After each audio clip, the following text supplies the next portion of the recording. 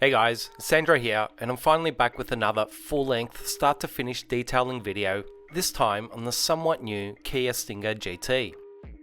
Now believe it or not, as long as I've been detailing cars, this is actually the first Kia I've ever detailed. But as many of you may know, the Stinger GT isn't exactly your average Kia, but rather a new type of car by the brand that has really taken a lot of people by surprise, with its large sporty saloon styling and powerful engine that, at least on paper, provides amazing value with its long list of features.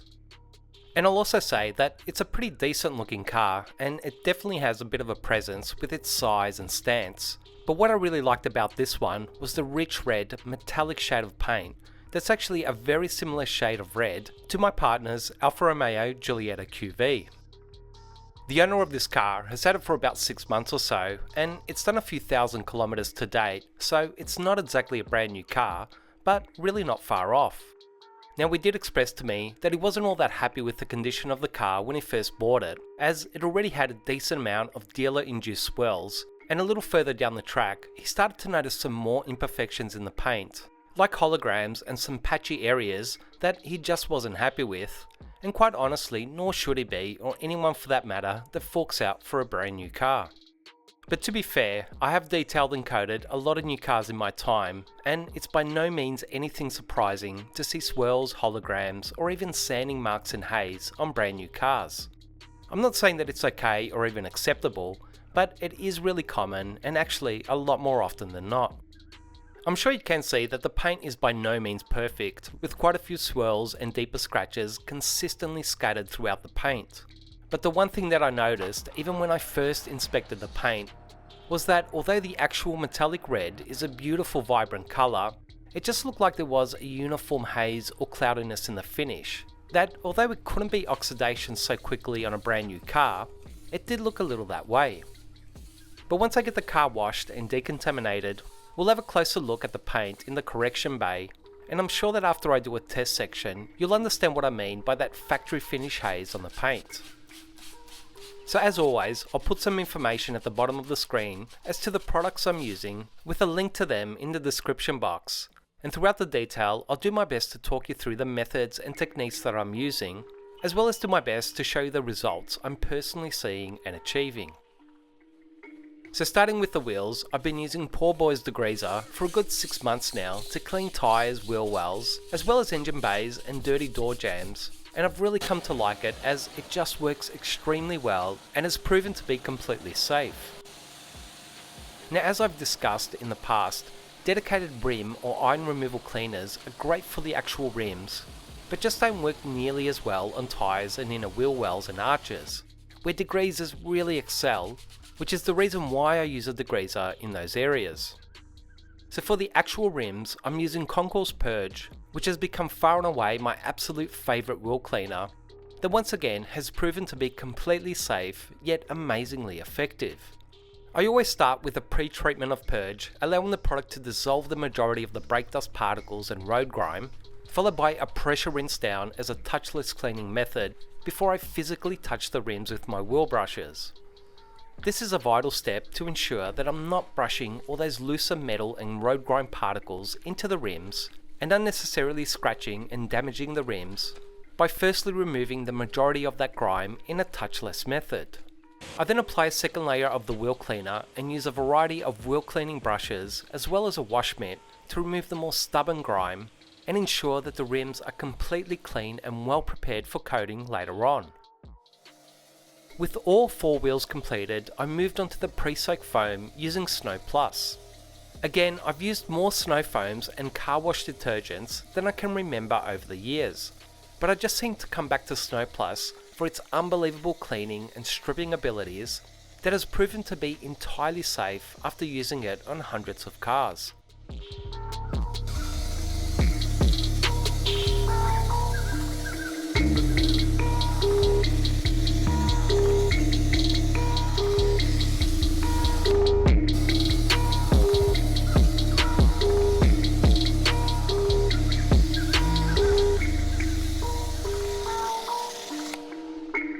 Some of you may have seen the video I did on the 1 bucket or no bucket car wash method. where I use a dilution of my car wash product in a spray bottle.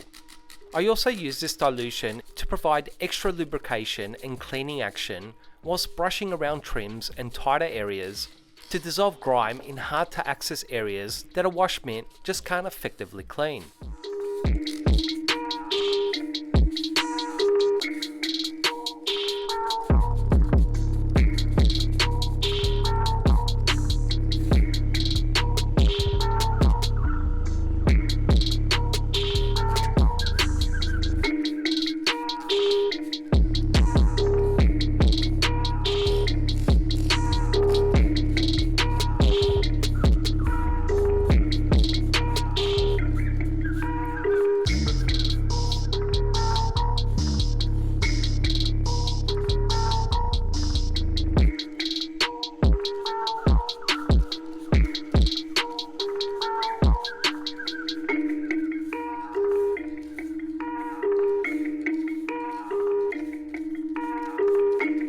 After allowing the pre-soak foam ample time to soften the dirt and grime, the whole car was given a thorough pressure rinse down to remove the majority of the looser dirt prior to the hand wash stage. This primary pressure rinse down after the pre-soak foam is perhaps the most important step to ensure the paintwork isn't scratched up by removing the vast majority of the dirt once again in a touchless method.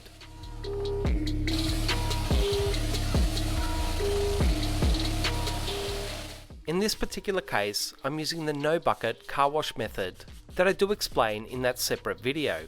But in essence, my car wash detergent of Snow Plus is diluted and applied via the spray bottle, and I use my pressure washer to rinse out the mitt after each couple of sections.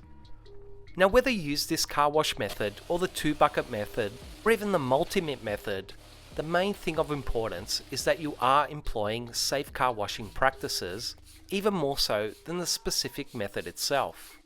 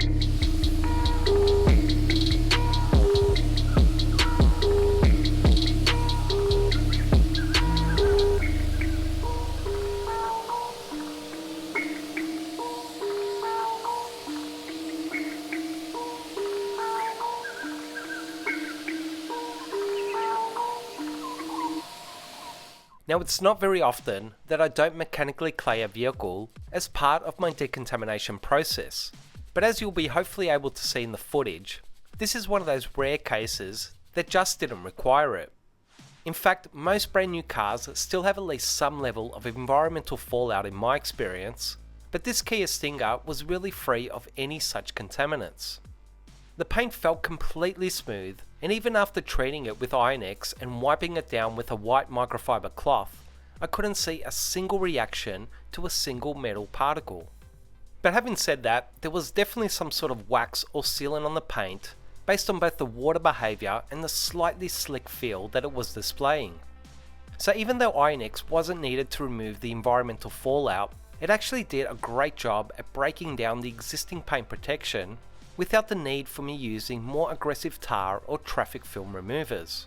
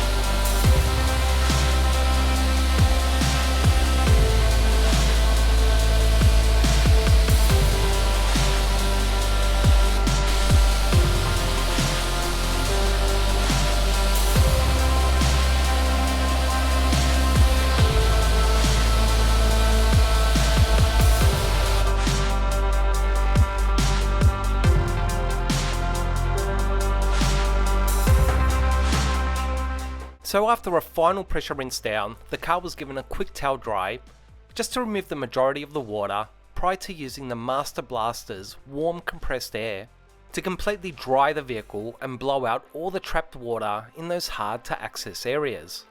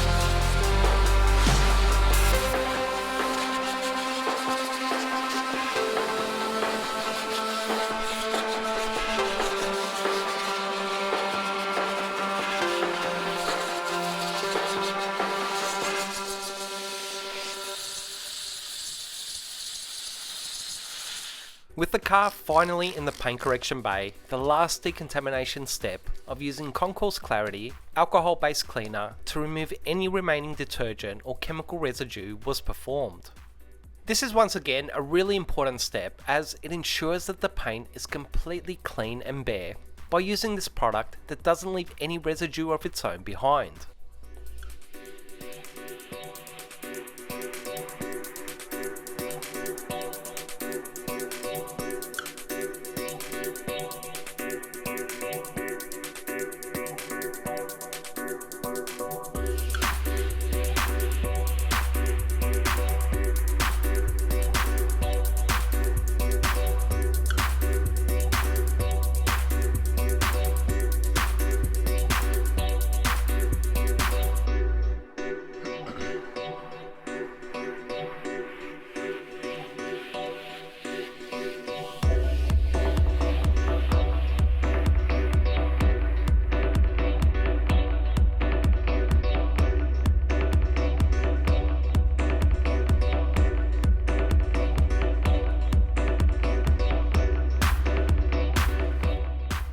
I've mentioned in the past that some cars really don't need much masking at all due to their specific trims and panels. The Kia Stinger, however, was a different story, with many trims and opposing panels needing to be masked, which actually made it quite a time-consuming process. I'll also add that I'm not a fan of all those fake air vents and scoops that seem to be becoming more and more popular on cars, and I really hope that it's just a fad that quickly disappears.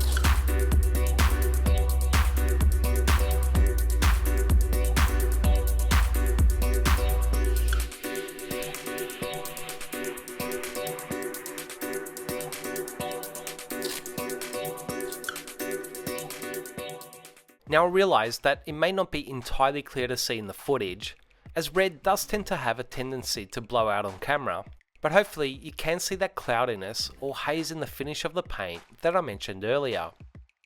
There are obviously more clearly defined defects in the paint, such as swirls, some quite prominent holograms on the boot lid, and some deeper, moderate scratches here and there. But that haze in the finish isn't something that's been caused by improper washing or the elements, but is rather a quality issue in the actual finish of the paint, at least in my opinion based on my observations. Now, it's not like it's absolutely horrible or even completely obvious to the average person, but I'm sure that for most people in this trade, or even spray painters, it's something that would become quite evident.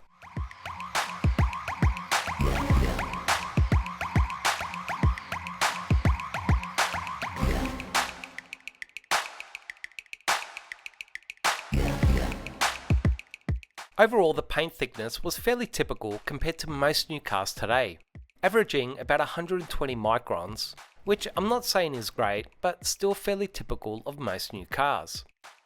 However, there were a few readings in certain areas that were in the low 90s, which is still reasonable I guess, but not entirely consistent and quite a large variance from the lowest reading to the highest. Still, there was nothing to suggest that any repairs had been performed, and although there was some slightly more inconsistencies in the paint's thickness, it still fell into an acceptable range. Needless to say, there was more than enough paint to perform a light paint correction process, which is what the paint required, and compared to most Japanese cars today, the paint thickness was still far better.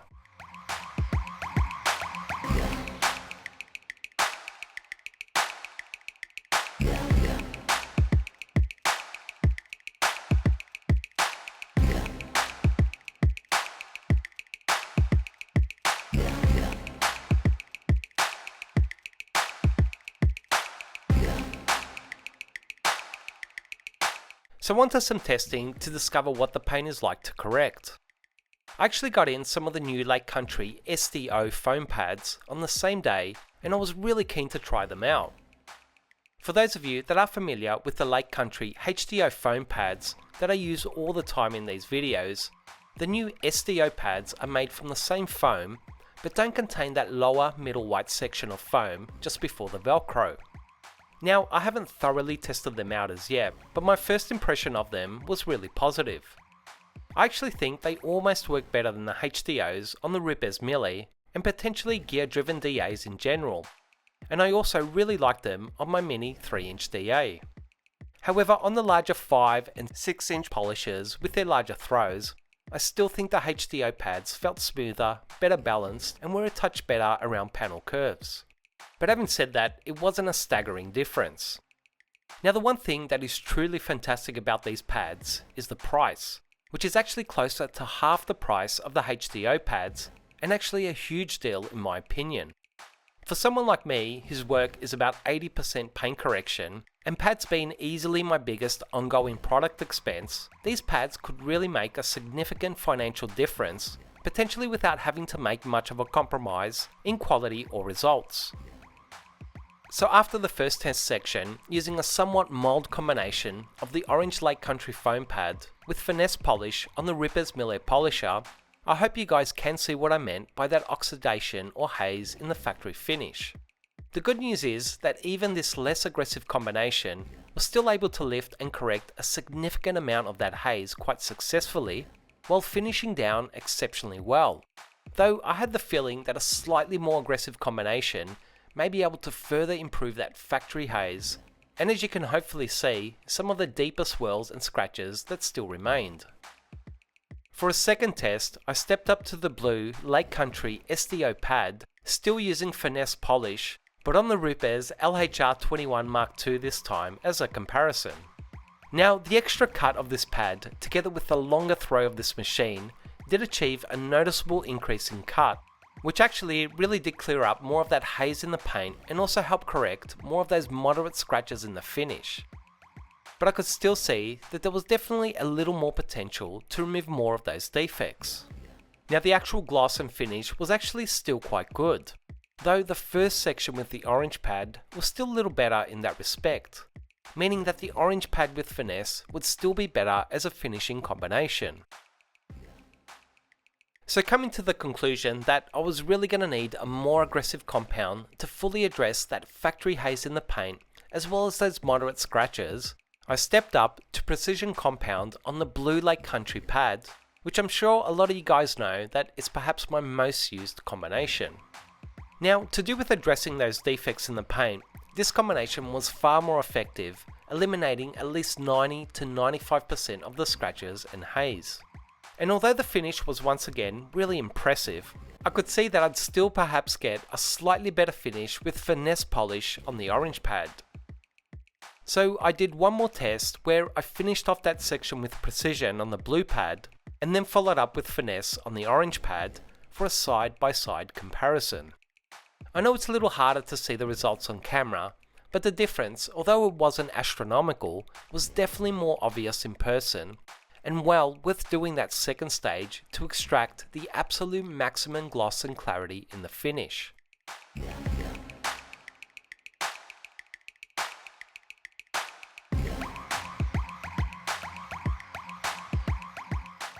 I decided to do another test section, this time using my 3-inch mini polisher for a comparison, which also gave me a chance to test the new SDO pads on the smaller machine, which as I mentioned earlier, seemed to work fantastically. Now, I think this section came up a lot better on camera, and is really more obvious in the footage. You should be able to see that almost all the defects have been addressed, and with all the haze and oxidation in the finish almost gone, the paint in that section was just so vibrant and absolutely beaming with gloss and clarity.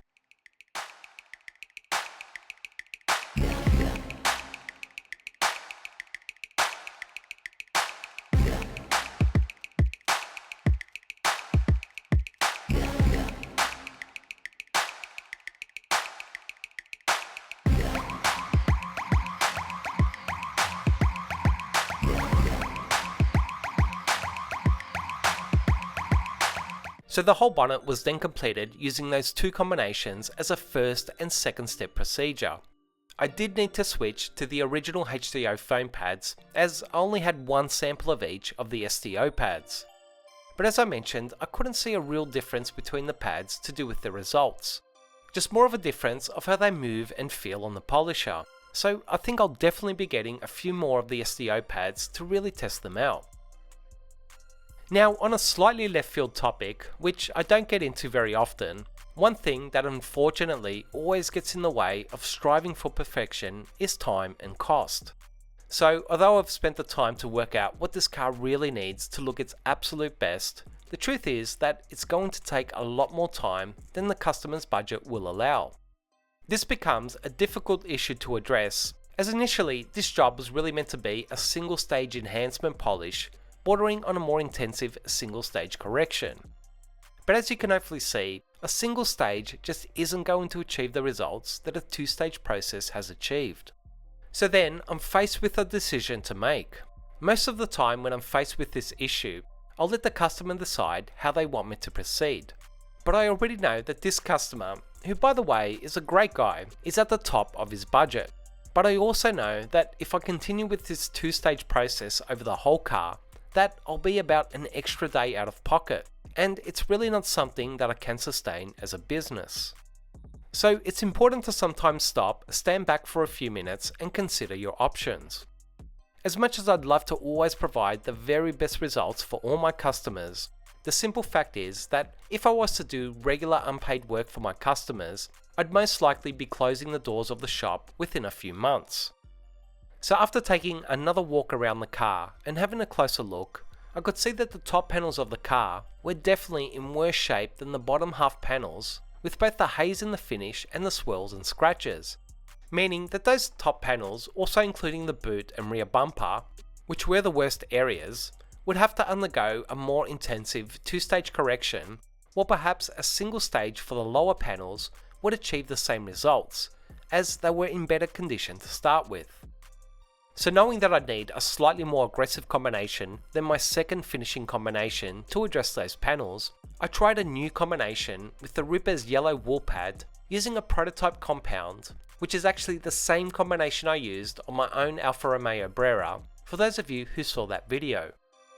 Now the thing about the yellow wool pads is that they have perhaps the largest range of cut to finish of any pad I've ever used, together with this fantastic prototype compound that just has the ability to finish so well in almost any situation, potentially meaning that it could very well be the answer to my issue. As it turns out, the finish was basically just as good. And although the cut with this compound was a little less than precision, you'll see later on that it was actually still sufficient for the lower panels of the car that didn't require as much cut. In the end, I was able to reduce the time of this job by about half a day just by finding this new combination. And although that meant that I was still half a day over, which I was able to make up by coming in a little earlier and leaving a little later, it was well worth the time it took to stop and reevaluate things.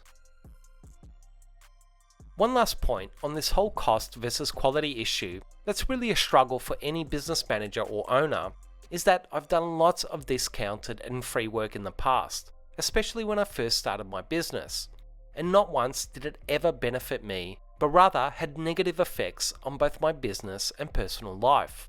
So one piece of advice for anyone in that position where customers are continuously asking for discounts or telling you that the guy down the road will do it for half the price, my advice is to work out your costing so you can sustain your business, be fair but stick to your prices.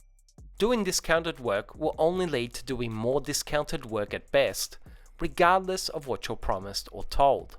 And it will ultimately set you on a path of hardship and financial issues which you will struggle to recover from. The guy down the road who undercuts your prices will ultimately fail in my experience, and then be replaced by another guy who undercuts your prices, and so on. There's a big difference to customers who are merely price shopping versus customers who see value in what you do. And trust me when I tell you that you want the customers who see value in your work, as it's the only way you can progress and be successful in the long run in this trade. But to get back on track, after having success with testing that single stage combination in a couple of areas, I moved on to the piano black plastic hood scoops to finish off the bonnet. I used a Ripez Nano iBread polisher with some new 1-inch foam pads from Lake Country, which I received as a sample, so I'm not really sure if they're out just yet or what they're called, but they seem to work extremely well. The white pad is more of a light cutting or polishing pad, while the black pad was more of a gentle finishing pad. But ultimately they work perfectly as a two-stage process using the same two products of precision and finesse.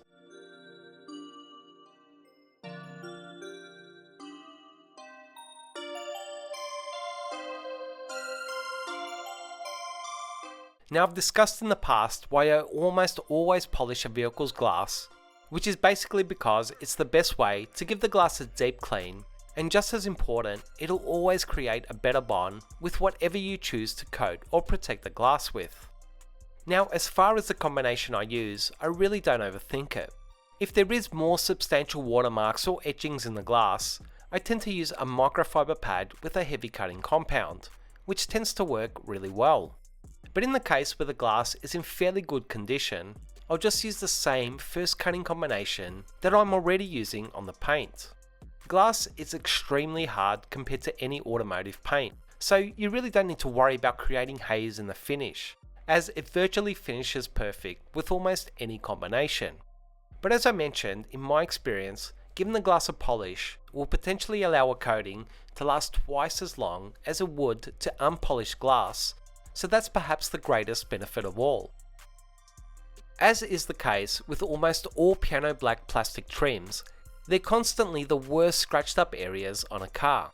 Yes, the trims do look great, but they're just so soft and prone to scratching that from a detailer's perspective, they can be a real nightmare, and they're just becoming more and more common on all cars.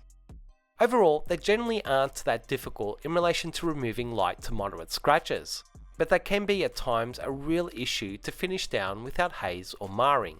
And they can also vary from car to car. So while some are reasonable to correct, others can be near impossible to finish down flawlessly. In this particular instance, the piano black plastic trims didn't appear to be overly sensitive, and I was still able to use the same two-stage combination to both cut and finish these trims perfectly, but that's certainly not always the case.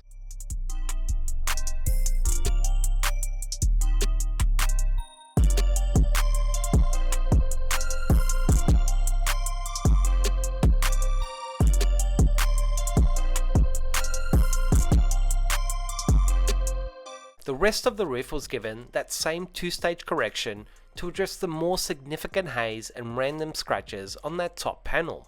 But as you'll see, in certain areas, such as the pillar arches and a few other areas, I switched to the wall pads and even microfiber pads further on as the specific trims and panels required it. We all know by now that every car, paint and its defects are different, which is predominantly the reason why it can be so hard to quote a job, as there's just so many variables to consider that have a massive influence on how much work and time it'll take to address them. But as I'm demonstrating on this particular job, even within the same car, there can be large variables that need to be approached with different techniques and combinations to both achieve the best results and be as efficient with time as possible.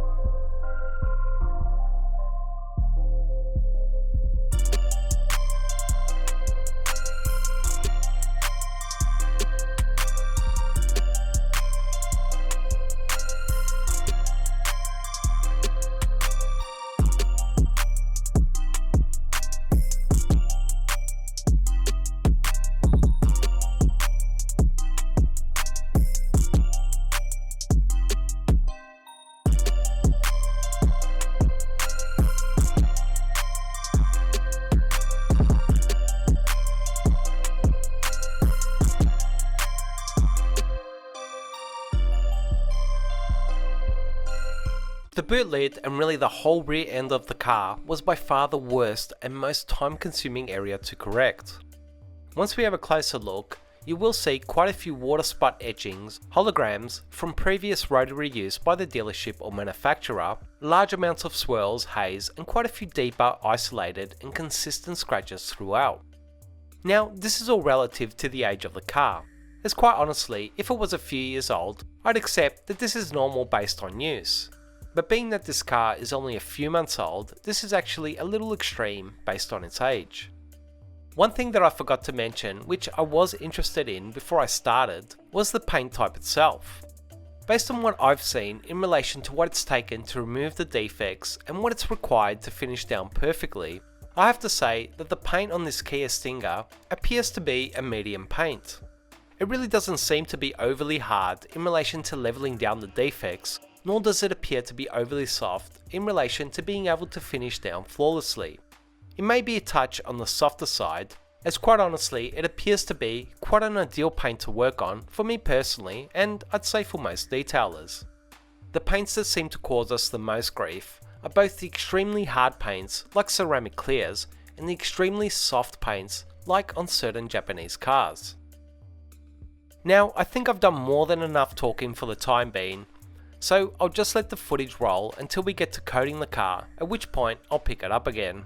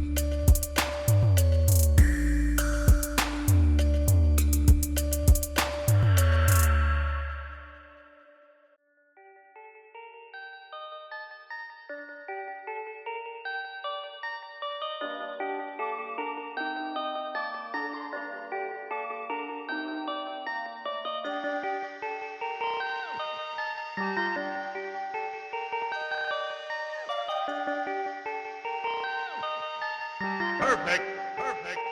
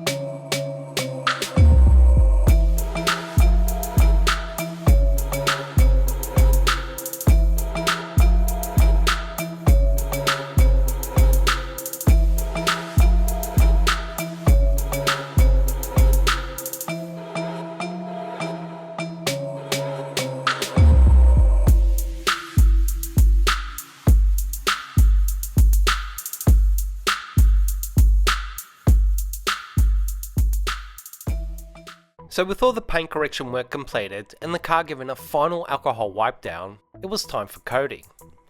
I decided to start with the rims using Nova Pyro wheel coating. Now this is a wheel coating that I have shown in a few videos, both in its application and results down the track. But basically the two biggest advantages of Pyro is firstly its super easy application and wipe off.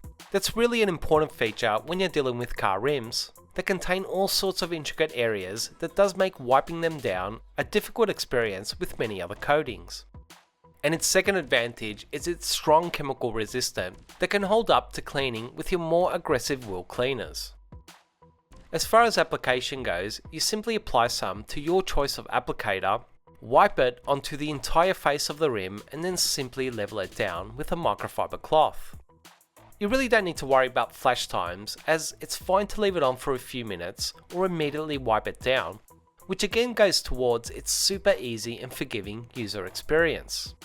And just as important is the way it creates amazing saturation and gloss in the finish of the rims, really amplifying them to the next step.